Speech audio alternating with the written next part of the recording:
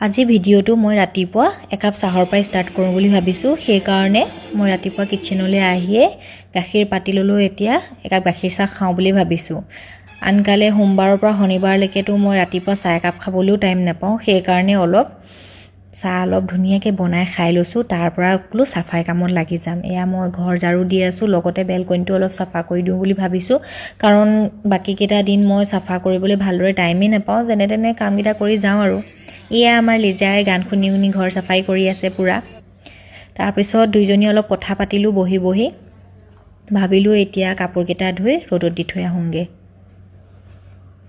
সোমবাৰৰ পৰা শনিবাৰলৈকে গোটেই সপ্তাহটো কাপোৰ বহুত লেতেৰা হৈ যায়। সেইকাৰণে দেওবাৰ দিনাই টাইম পাওঁ কাপোৰখিনি ধুবলৈ। সেইকাৰণে বহুত টাইম লাগে কাপোৰ ধুওঁতে আৰু মেলোঁতে। মই যে কাপোৰ ধোৱা কামটো ইমান বেয়া পাওঁ।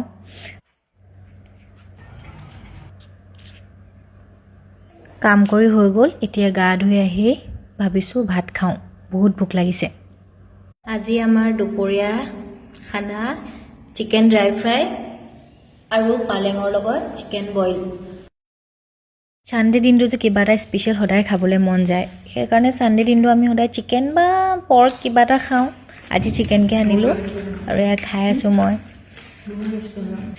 বইল চিকেন বহুত টেষ্টি লাগে।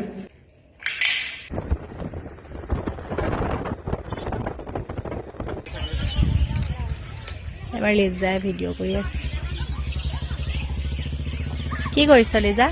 ভিডিঅ' কৰি আছোঁ দেচোন। ইমান ধুনীয়া চাহ, ইমান ধুনীয়া ছানছেটটো, ইমান ভাল লাগিছে। সেইজনী আমাৰ লিজাকো ধুনীয়া লাগিছে। এইফালে আমি ছানছেট চাব আহিছোঁ। আজি চকলেট ডে কাৰণে আমি দুজনীয়ে অকলে দেখাই দে আকৌ জেগাটো। এয়া চব জেগাটো ইমান ধুনীয়া। ড্ৰেছটো আজি মিলি গৈছে আজি ছানছেটৰ লগত। চাহ কালাৰটো চাহ আকৌ ব্ৰাউনটোৰ কিবাটো ব্ৰাউন মিলি গৈছে। তাৰপিছত ময়ো ব্ৰহ্মপুত্ৰ নদীৰ পাৰত অলপ খোজকাঢ়িলোঁ। এনেকৈ নদীৰ পাৰত খোজকাঢ়িলে মনটো বহুত ভাল লাগে আৰু শান্তি লাগি থাকে।